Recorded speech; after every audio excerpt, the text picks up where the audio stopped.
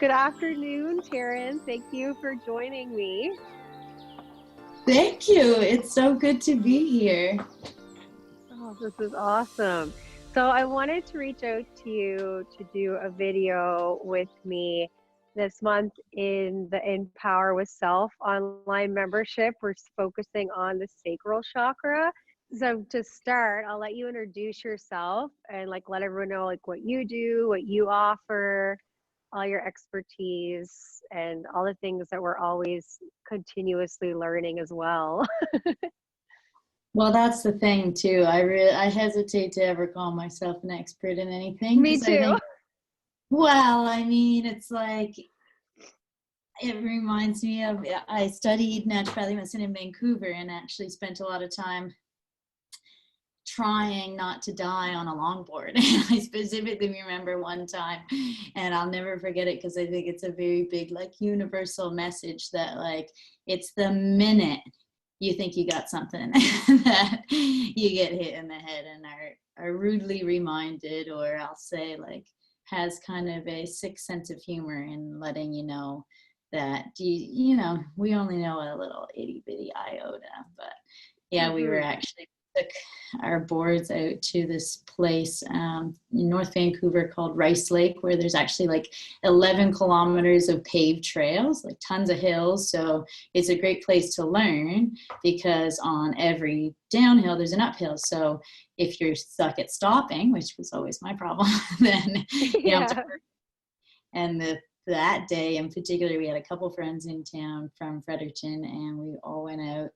And at first I was super scared because I'd never done anything, never gone down, bombed a hill before, because I was always terrified of what would happen at the end. So I actually that day went for it. And the whole way out, 11K out, was by the end of it, just ripping it and loving it and feeling so confident. And then on the way back, person riding ahead of me, I saw them starting to slow down on the last turn, and I was kind of oh, okay, how much further? And didn't hear anything back. And I was well, if he's stopping and he's really good, I need to start stopping. So I stomped my foot down and just was going way too fast, and all of a sudden there's all this gravel over the road, and then there's the parking lot with children and mom and parents.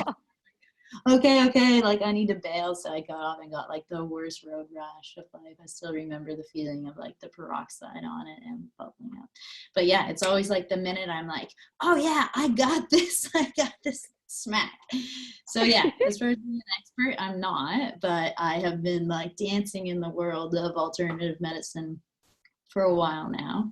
I grew up where I live now in Fredericton, New Brunswick, but I spent a good chunk of time learning and practicing naturopathic medicine in BC. So I moved out there for the naturopathic program at the Boucher Institute of Naturopathic Medicine. There's only 2 schools in Canada that offer the program, the other's in Toronto. Mm-hmm. So after my undergrad here at UNB, I did the Science Skin program. I went right out there and started. So I did 8 years total after school, 20 years total actually, without any breaks.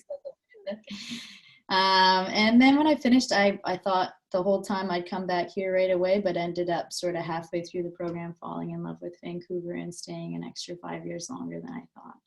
So that kind of served me, because these days I kind of promote my practice as being very general, but the reason why I assumed Julianne brought me in here today to chat with you guys was because I have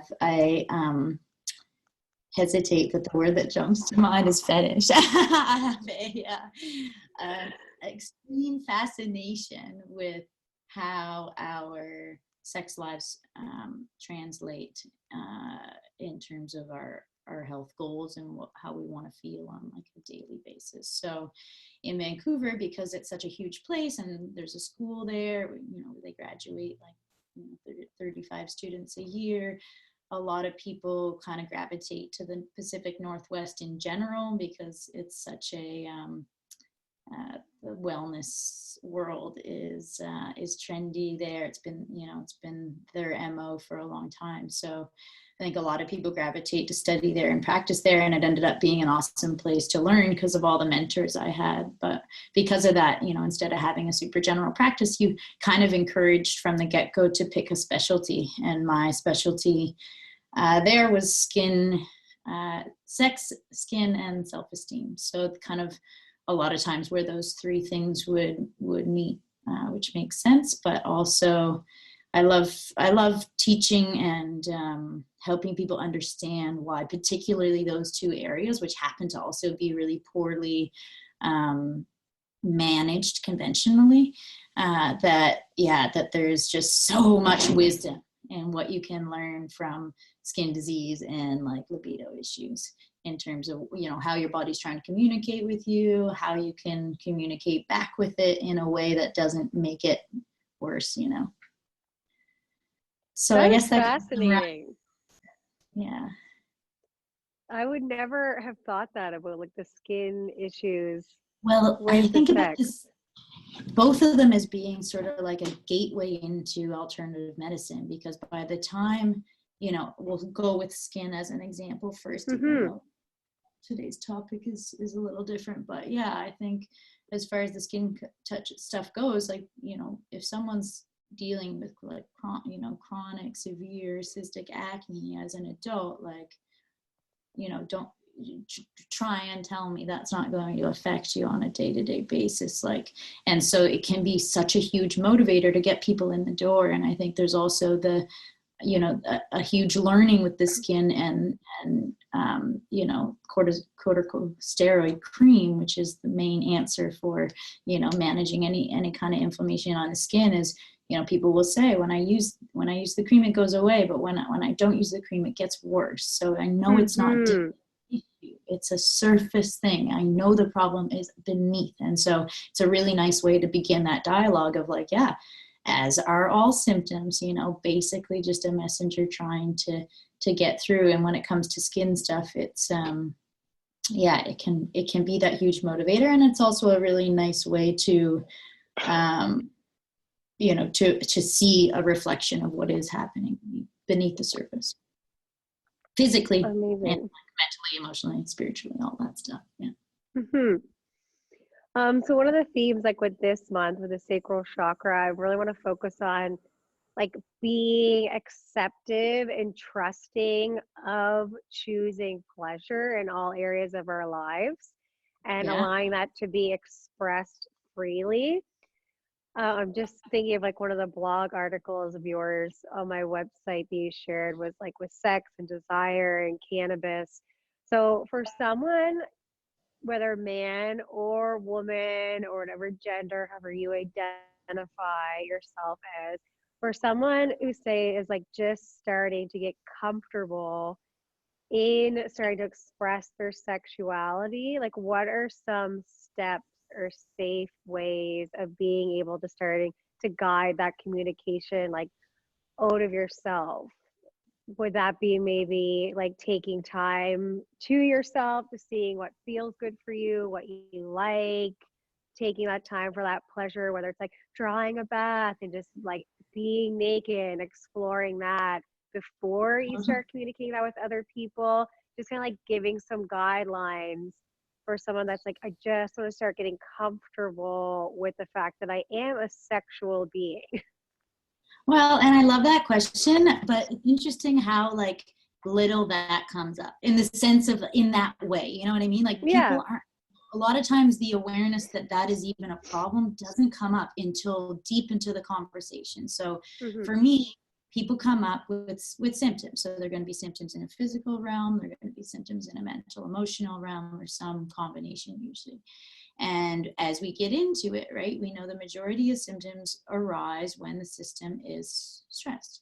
And the system can handle stress to a certain degree exceptionally well. We have all these amazing processes that like light up and help divert resources in order to deal with stuff that is being perceived as stress. And there's a really important word there, perceived. So I think for a lot of people, when it comes to love and sex and relationships, you know, where that question comes from for you, you know, because you've done the work, because you're so, you know, in tune self-awareness wise, and also, you know, yeah, have a great partner that you can bounce things off of, right? Like all of that goes a long way. But yeah, I think you're nailing it in terms of starting with yourself and just exploring, you know, I wouldn't even jump right into pleasure as much as you desire. So that's been a huge passion of mine. I actually have like a little ebook that I'd be happy to share with you guys, with your Oh, audience there if you amazing. want. It's called the 8 Simple Steps to Awaken Desire, because I think when it comes to the issue that people, it'll be like, you know, halfway through the interview, yeah, and, you know, and my libido sucks and I'm not okay with it and it's stressing my relationship and I don't know what to do and I don't know where it went and I don't know why it went, you know. And so it Mm-hmm. begins kind of like the skin we were saying, it acts as a barometer. It tells us if something is out of whack. And so there's a few different reasons why, you know, libido fades, whether that's something, you know, going on within a long-term relationship or something that's just, you know, as a single person, right? Either way, you know, sex drive is a really big indicator of how happy, healthy, balanced, confident you're feeling, right? So if that's the issue people are dealing with, you know, not having a sex drive and not understanding why, well, then doing a little of the detective work on your own, I think, is imperative before you begin to start to coach another, for a few reasons, right? Because I think everybody, this is a very, very personal topic, right? Like it's Mm-hmm. not, you know, people, it's between this and money are like the two like most taboo topics that you can have with people that you're supposed to, you know, be close with, right? Stuff you never touch on with your family, right? So I think, you know, beginning to develop, like Brene Brown would say, you know, a few chosen people who have proven themselves worthy of your intimate thoughts and feelings, and to start to open up and be vulnerable and ask them, you know, if and this is as a friend, you know, as a friend, not necessarily even as a partner, but just to sort of begin the dialogue of what is desire about, what, you know, what am I pulled to and why, and how can I, like, with a fine-tooth comb, look at my past and my patterns and the things that I've done, you know, with like, yeah, detective eye, and saying I like, love that. interesting how I continue to like choose partners who will, you know, bring this part out of me, right? What is that about? And kind of like, you know, the longboarding story, it's like, why am I asking of this? And how can um, I caution to say like tread more lightly, but yeah, kind of tread more lightly with our intentions. And I think to hold precious what we desire and what we want. And I think that there's so much wisdom in it, to, you know, in terms of like Danielle Laporte stuff, right? Like, you know, your core Mm-hmm. desire. He says, you know, we've been doing our goals all wrong this whole time. We shouldn't be creating some arbitrary post and then, you know, killing ourselves trying to reach it or surpassing it, or, you know, changing our minds and always feeling like we never get there. So she says, chase the feeling instead. And I'm all about that. I think, you know, it's really important to begin. I get off and we'll get people to do 2 exercises when they're kind of at that place of like, I don't even know what I want. And I don't mean sexually, but just in general. I don't know what I like. I forget who I am and like what I'm even into, because I've just been like grinding it out for so long, taking care of other people.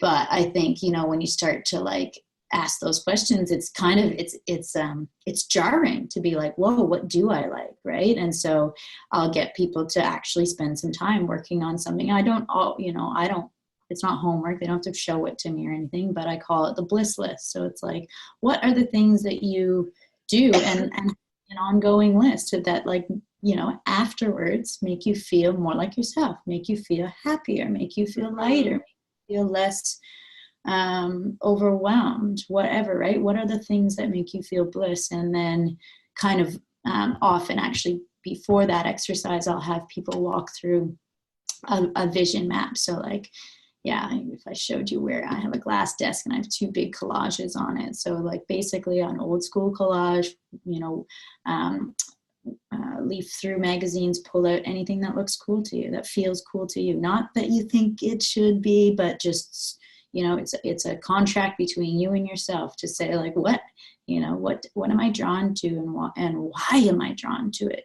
Bigger questions. So helping people, and in that journey, I think the sort of third part of that exercise is to, and this is like a whole other can of worms, but to look at a timeline of your life and, the best and worst things that happen to you.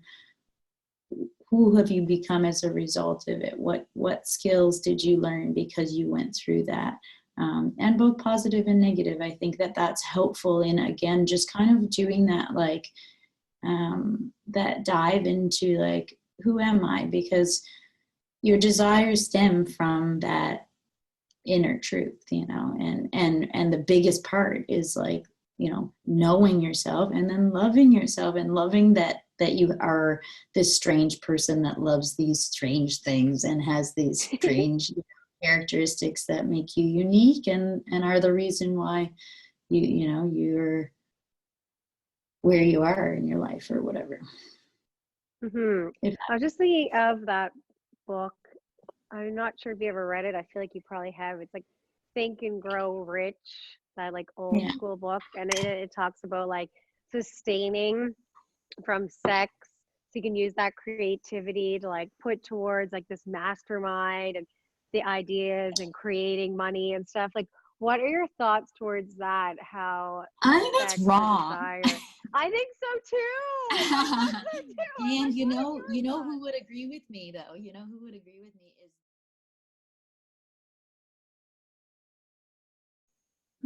Well, thank you so much for taking the time to speak with me and everyone else. Oh, it has actually been my total pleasure. It really has, because it feeds my core desired feelings to feel beautiful and brilliant and bountiful and blissful. And bold is the other one. Bold, I like that one. I never chose that one. It was chosen for me by my mentor. So there you go. I like that so much. I just love like how comfortable it is to talk with you about these things. That's why, like, I totally see why you're on this path and chosen this, and so many people will come to you for that. Well, I'm glad you cut me off, because I could go on for days. So yeah, we could do other recordings too. There you go. Oh, girl, well, you have a wonderful day. You too.